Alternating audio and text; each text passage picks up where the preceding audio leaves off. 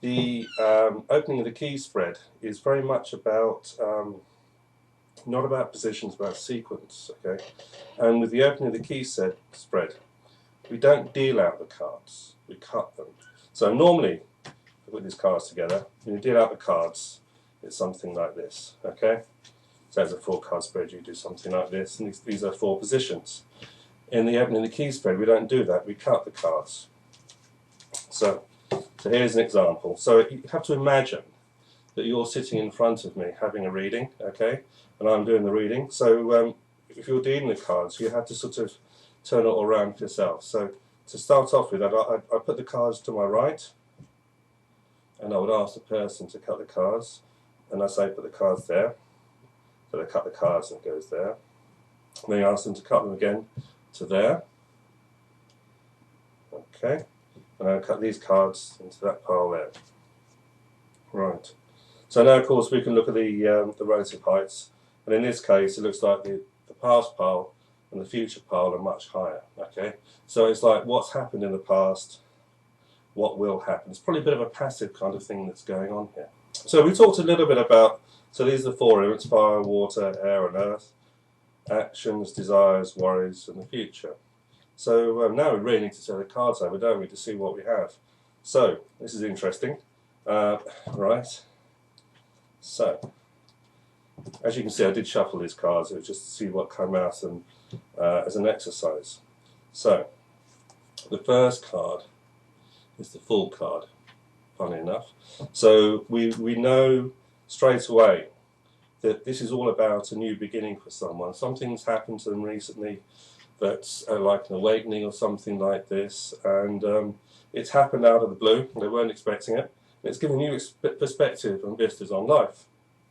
The second card on the desires pile is a strength card, okay?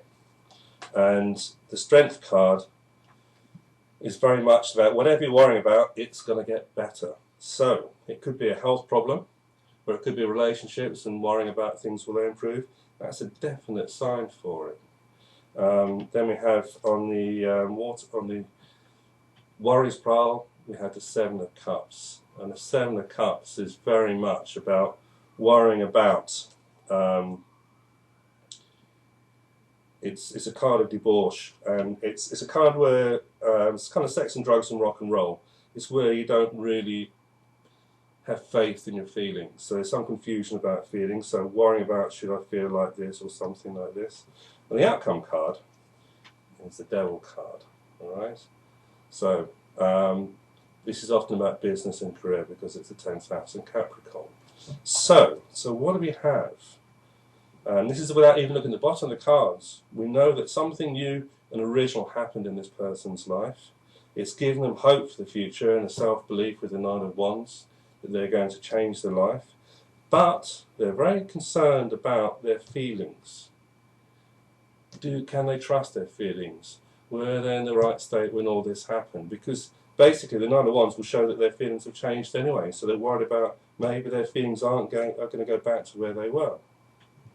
The outcome, the 10 of coin, the Devil card, 10 of coins, I don't know where that came from, is very much this suggestion of business and career. Maybe in this case, because of this card here, they're worried about being trapped in something, because the Fool card is about freedom, while the Devil card is about feeling trapped in something. It can be a good card as well, don't worry about that. Now, the elemental thing, we have the Fool, which is the Ace, which is the air card, and the air card is on the fire pile. With elemental dignities, the air and fire get on very well together. So this is really a strong onrush of energy. Okay, it's really full on. They want to do things. Now, the 9 of Wands, strength, that is a fire card, and it's on the water pile. Fire and water don't mix.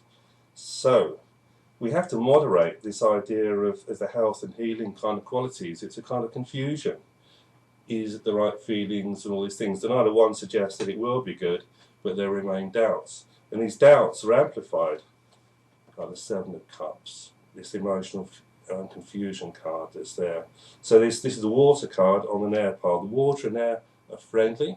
So the air worries about things, along with confused emotions. This is going to really expand the worries and confusions that this person has about the situation, which may well understand why.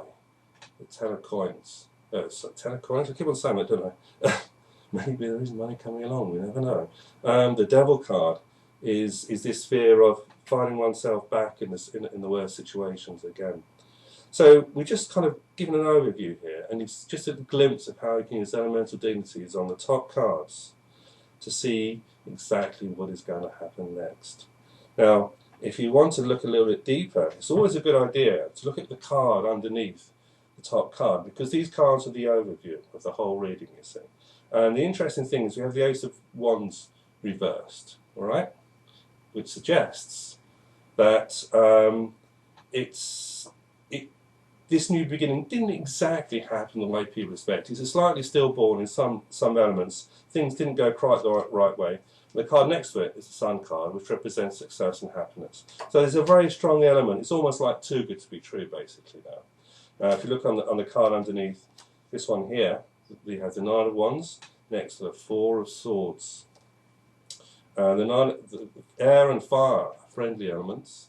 The Four of Swords often represents some element of healing or going to hospital or something like that, which is exemplified a lot more by this card here, the Nine of Wands.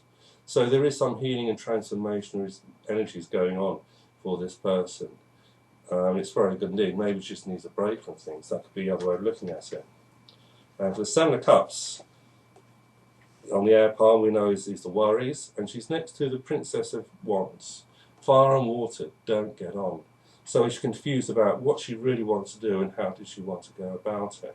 Fire, of course, and water are both friendly to the air element, so there's some element of these conflicting emotions and feelings being exacerbated. And finally, we have the Devil card next to the Moon. All right. So the Devil and the Moon. The Moon is about confusion. Always shows up when people don't know exactly what's going to happen. So there's some element of confusion about whether it's the right thing or not to happen. One thing we'll just do, just to finish off with, because hopefully you've got a bit of an idea of how you can read the cards using the Open the Key system, using the four elements and just the top cards with the highs of the cards as well. Is to look at visit predictions. Now, this is the 1st of February when I'm making this video.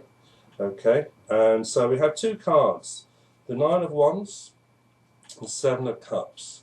These two cards both relate to November because the Seven of Cups is the last decanate of Scorpio, so that puts it into November.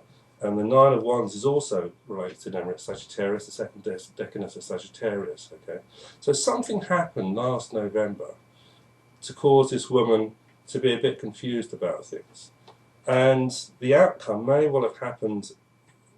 We can continue this because this is Capricorn, and the Capricorn, of course, starts on the December 22nd, around about then. So again, we're looking at things that happened just over Christmas, just before Christmas, November into December last year, 2009. And we have the Moon card. Now the Moon card does not represent the Moon, it represents Pisces, and that of course starts about March the 21st,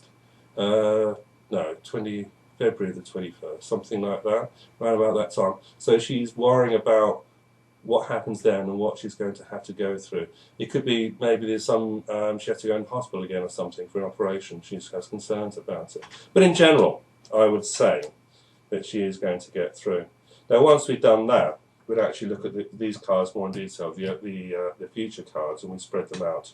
But for now, I think you'll have a good idea of just what can be done with the opening of the key spread. Just the first part of the first stage of the opening of the key spread. And you can appreciate and understand its power. And I hope also you've got a bit of insight into how I can use astrology for the dating of when events are going to happen, the elemental dignities. And I think you may have noticed also, I didn't go very much into the meaning of the cards. It was all about bringing the whole kind of thing together. Okay, so the next stage we'll actually go into a bit more detail as to what the cards mean underneath. But that'll be for another lesson.